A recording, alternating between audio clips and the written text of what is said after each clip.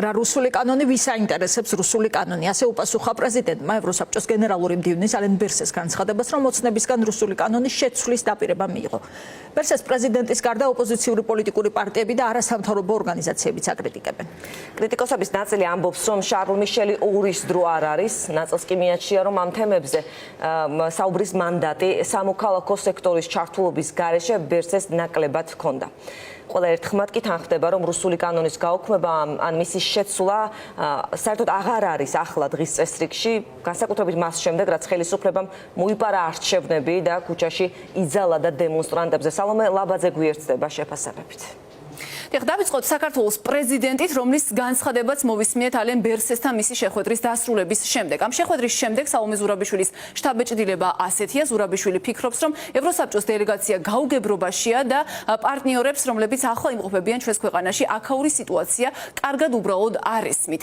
მდგომარეობა, როგორც პრეზიდენტი განუმარტავს პარტნიორებს, არის მძიმე და ახლა საქართველოს მოქალაქეები ქუჩაში დგომით უკვე უპირისპირდებიან არალეგიტიმური ხელისუფლების მიერ საგარეო კურსის შეცვლის შესახებ გადაწყვეტილებას, რის საპასუხოდაც ქართული ოცნებისგან იღებენ ძალადობას და პრეზიდენტი აღნიშნავს, რომ ევროსაბჭოს როგორც სწორედ ადამიანის უფლებებზე მომუშავე ორგანიზაციას, ადამიანის უფლებების მდგომარეობის მაკონტროლებელ ორგანიზაციას მოეთხოვება, რომ შესაბამისი რეაგირება სწორედ ამ უფლებების დარღვევაზე გამოხატოს. ამის საპასუხოდ კი ალენ ბერსე გვეუბნება, რომ მან ქართულ ოცნებასთან შეთანხმებას მიაღწია რუსული კანონის კორექტირებაზე, რაც პრეზიდენტის განმარტებით ამ ორგანიზაციის საქმე საერთოდ არ არის.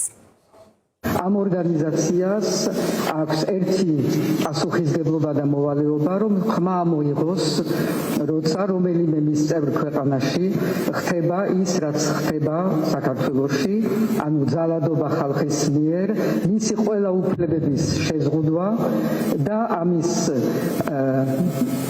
გაპროტესტება, ამისი დაგმობა არის ალბათ პირველი მოვალეობა ასეთი ორგანიზაციის. სამაგიეროდ და მე ძალიან ნათლად ავუხსენი გენერალ მდივანს და მის დელეგაციას, რომ მათი არც მანდატი, არც მოვალეობა, არც უფლება არ არის, რომ რაღაც კომისია დანიშნონ ჯერ არ აღიარებული არავისგან ხელისუფლებასთან, მით უმეტეს იმისთვის, რომ განიხილონ რა რუსული კანონი ის რა აინტერესებს რუსული კანონით შეცვლა თუ არ შეცვლა ეს არის ყველაზე კარგი მაგალითი იმისი თუ როგორ იტყუება ეს ხელისუფლება წლების მანძილზე რომ ხან მიმაქვს უკან ხან მომაქვს წინ და ისევ უკან მიმაქვს და მე ახლა რაღაცას ფორმალურად შევცვლი და ამითი გონიათ რომ ვიღაცას მოხიბლავენ შეიძლება ვიღაცა მოხიბლონ მაგრამ ვერ მოხიბლავენ ამით ვერც ქართულ ხალხს ვერც ჩვენ პარტნიორებს რომელსაც კარგად ესმის დღევანდელი საქართველოს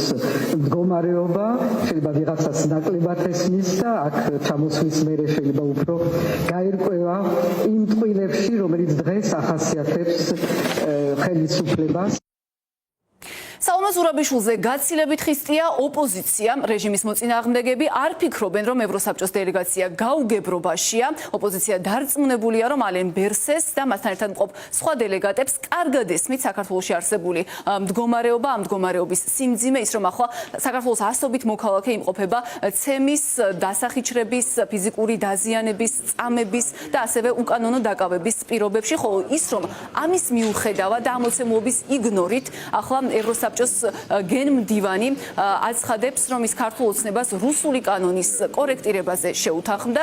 ეს ოპოზიციისთვის არის საეჭვო მოცემულობა. განსაკუთრებით საეჭვოდ კი ოპოზიციას მიაჩნია ევროსაბჭოს გენმდივნის შეხვედრა ბიძინა ივანიშვილთან, რომელსაც ოპოზიციის განცხადებითვე არ მოჰყოლია ალენ ბერსეს მხრიდან სათანადო განმარტება. ბატონ ბერსეს განცხადება აბსოლუტურად მოწყვეტილია იმ რეალობას, რაც ახლა ქვეყანაში გვაქვს. მე ძალიან შორს ვარ იმ აზრისგან, რომ მას ეს არ აუხსნეს.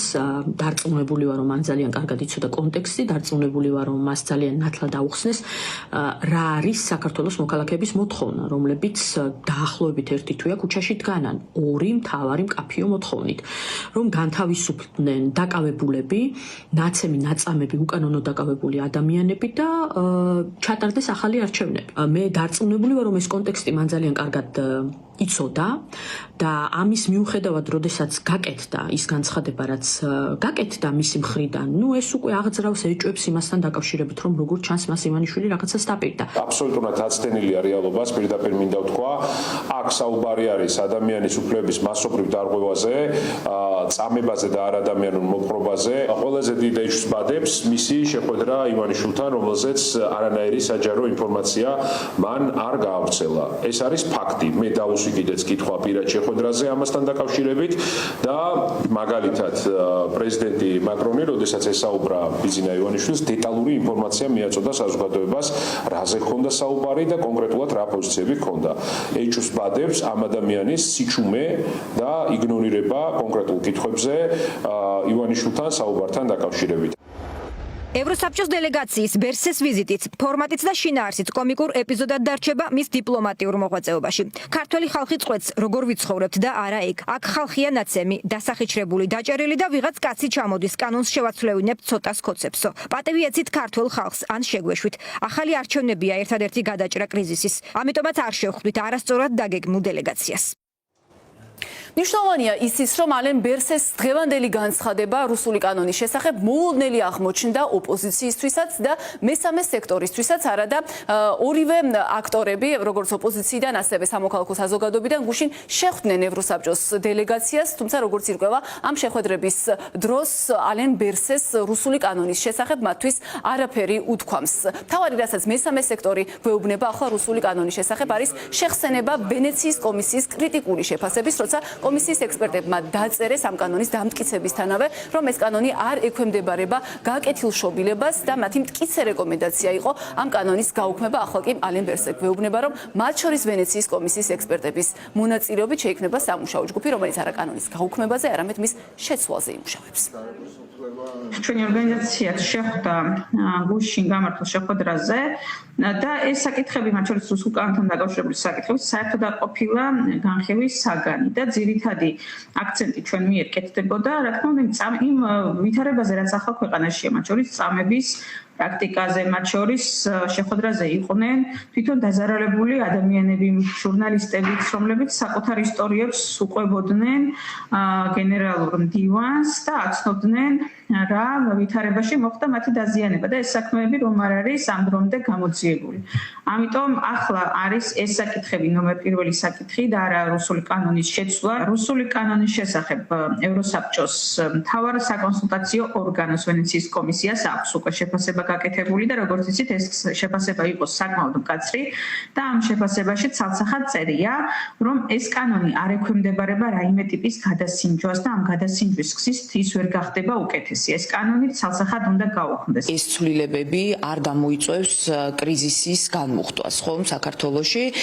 მას შემდეგ, რაც რუსული კანონი მიიღეს, ამის შემდეგ ჩვენ გქონდა გაყალბებული არჩევნები და ამდენი დაკავებული ყავს ამ აქციების დროს და უმეტესობა არის ნაწამები, ხომ? ამიტომ ჩვენი ყოველას მოთხოვნა პირველ რიგში არის ახალი არჩევნები და ყველა იმ გამოძიების შეჩერება იმ პირების მიმართ, რომელსაც მიმდინარეობს და ყოველას გამოშვება საპატიმროებიდან.